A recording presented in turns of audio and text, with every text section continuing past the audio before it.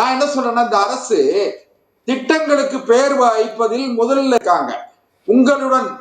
உங்களுடன் ஸ்டாலின் என்று முதலமைச்சர் பெயர்ல ஒரு திட்டம், மக்களை தேடி மருத்துவம், இல்லம் தேடி கல்வி. நான் ஒரு கிராமப்புறத்தில் இருக்கிறவன் என்கிற முறையில சொல்கிறேன். இது எங்க ஊருக்கெல்லாம் ஒரு நாள் கூட கல்வி சம்பந்தமா யாரும் வரல, மருத்துவர்கள் வரல. அதுக்கு காரணம் என்னன்னு கேட்டீங்கன்னா, மருத்துவமனைகளில், அரசாங்க மருத்துவமனைகள் மருத்துவர் இல்லை, போதிய மருத்துவர்கள் இல்லை.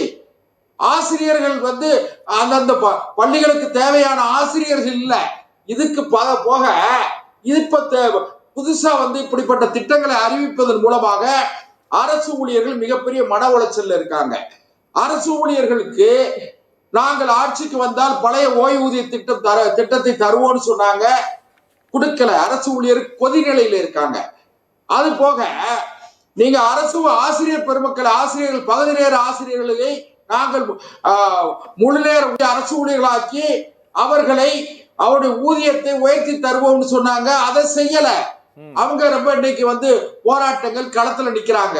சரி, இதெல்லாம் போக இந்த திட்டங்களை செயல்படுத்துவதற்கு ஒரு மாசத்துக்குள்ள முதலமைச்சருடைய பேரில் ஒரு திட்டத்தை அறிவித்து அதுல வருவாய்த்துறை ஊழியர்கள் எல்லாம் பயன்படுத்தி ஒரு மாசத்துக்குள்ள தீர்வு காணணும்னு சொல்றது அந்த ஊழியர்கள் மத்தியில மிகப்பெரிய அளவிலே வேதனையும் மன உளைச்சலும் பணி சுமையும் ஏற்பட்டிருக்கிறதுனால அவங்க எல்லாம் பணி புறக்கணிப்பு, அவங்கள ஸ்ட்ரைக் நடத்தக்கூடிய, வேலை நிறுத்தம் செய்யக்கூடிய அளவிற்கு மிக கடுமையான அளவில் இருக்கு. இதுல நான் என்ன சொல்றேன்னா, மாண்புமிகு முதலமைச்சருடைய நோக்கம் நல்லதாக கூட இருக்கட்டும், ஆனால் செயல்படுத்துற முறை வேணுமா இல்லையா?